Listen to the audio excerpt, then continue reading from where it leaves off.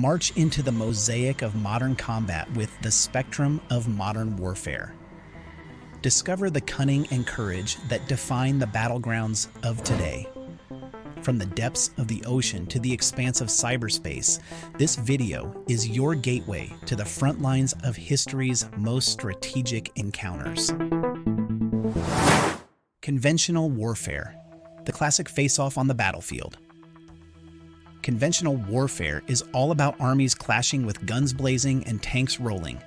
It's like a chess game, but with real soldiers and metal beasts. A famous dance of this warfare was the Battle of Kursk in World War II, where the Soviets and Germans had a massive tank showdown. It's a straight fight with clear rules, but it can get messy, with lots of destruction and sorrow. Plus, it costs a ton of money and resources. Nuclear warfare. This one's the big, scary monster under the bed. Nuclear warfare is all about unleashing the power of the atom. It's only been used in anger twice, and both times by the USA against Japan. In World War II, Hiroshima and Nagasaki are names that still echo with the blasts. The advantage is its sheer terror factor. It can end a war with a bang. But the fallout? It's not just radioactive. It's moral, environmental, and lasts for generations. Biological warfare. It's warfare gone micro, using germs and viruses as invisible soldiers. Think of the Black Death during the Middle Ages. Some say it was an early accidental form of biowarfare when diseased bodies were flung over city walls. The sneaky advantage is that it can spread unseen, causing chaos. But if those tiny bugs get out of control, they don't care who they bite, friend or foe. Chemical warfare. Invisible, silent, and deadly. Chemical warfare uses toxic gases and liquids to take down the enemy. World War I was its grand, grim stage, with mustard gas choking and blistering soldiers in the trenches. It can clear areas without destroying buildings. But the wind can change, and so can the fate of those who use it.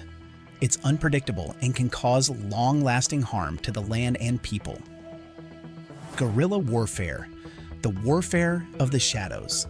Guerrilla tactics are all about hit and run, using the home field advantage.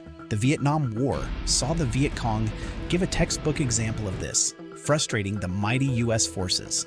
The good part, it's cheap and uses the element of surprise.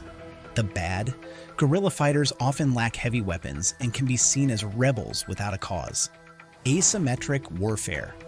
Asymmetric warfare is like a game of cat and mouse, where the smaller, nimbler mouse tries to outsmart the bigger, stronger cat.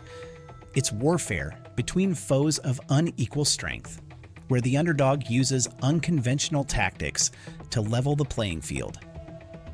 A classic example is the Vietnam War, where the Viet Cong used guerrilla tactics against the US military. Cyber warfare.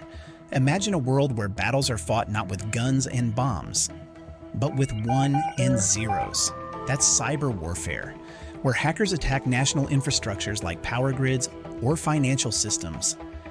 It's warfare in the digital realm. The advantage is the ability to strike from anywhere at any time, often anonymously. The downside? It's a shadowy world where attacks can be hard to trace and even harder to defend against. Electronic warfare. This is the battle for the airwaves, where the goal is to control the electromagnetic spectrum. It's like a high-tech game of signal jamming, where you try to blind and deafen your enemy without them even seeing you. The advantage is the ability to disrupt enemy communications and radar. The disadvantage? It's a constant game of cat and mouse, with technology always evolving. Psychological warfare. This is the battle for the mind, where the weapon is information or misinformation. It's about using propaganda to demoralize the enemy and sway public opinion. The advantage is that it can break the enemy's will without firing a shot. On the other hand, it can be seen as manipulative and can backfire if the truth comes out. Information warfare. Information warfare is the modern-day siege, where instead of walls, you have firewalls. It's about controlling the flow of information to gain a strategic advantage. The upside is the ability to influence or disrupt the decision-making of your opponent. But often, it can escalate quickly and has the potential to affect civilians just as much as military targets. Naval warfare. The vast oceans have been arenas of conflict. With nations vying for dominance over the seas, naval warfare involves battles fought on, under, or over the sea.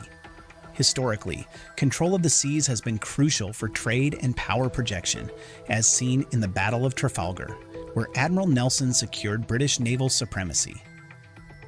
The advantage of naval warfare is the ability to control trade routes and influence global politics. However, the cost of maintaining a modern navy and the vulnerability to new technologies like anti-ship missiles are significant disadvantages. Aerial warfare. The skies have become a critical battleground with the advent of aircraft. Aerial warfare involves the use of military aircraft to attack targets on the ground, in the air, or at sea. The Battle of Britain during World War II highlighted the importance of air superiority. The advantage is the ability to conduct reconnaissance, provide support to ground troops, and deliver precision strikes.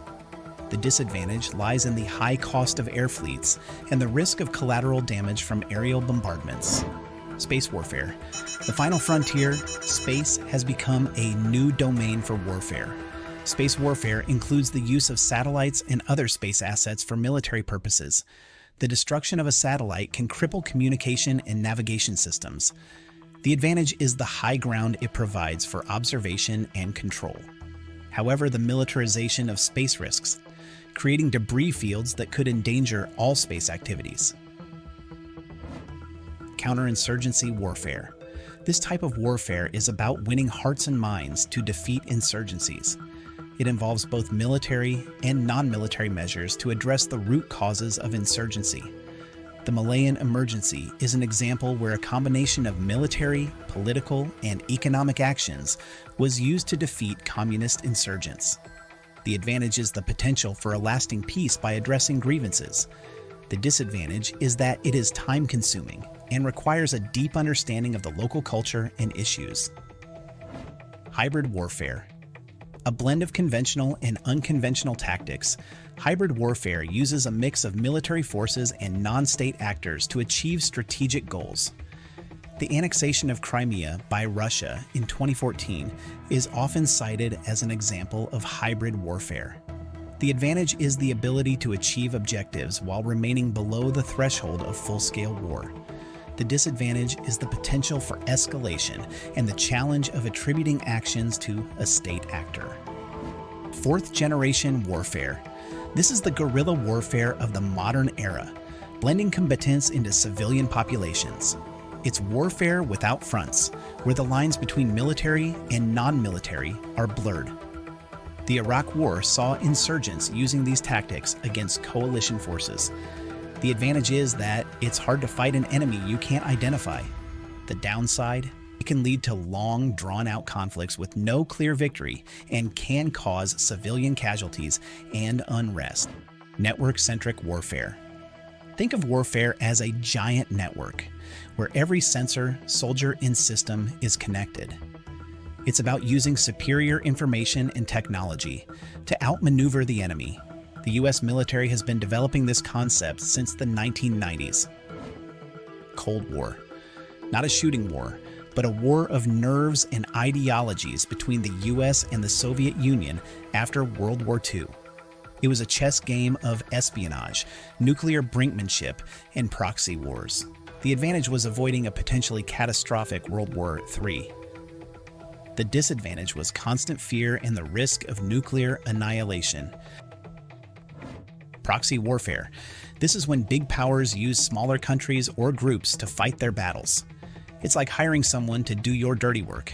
The Syrian civil war has elements of proxy warfare, with different international powers backing various factions.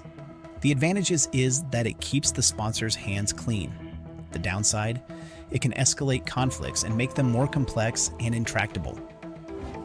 Economic warfare. Here the battlefield is the global market, and weapons are trade and finance. Countries use sanctions, embargoes, and financial manipulation to weaken each other's economies. The U.S. has used economic sanctions against countries like Iran to exert pressure without military force. The advantage is that it can be effective without military conflict. The disadvantage is that it can harm civilians and lead to unintended economic consequences.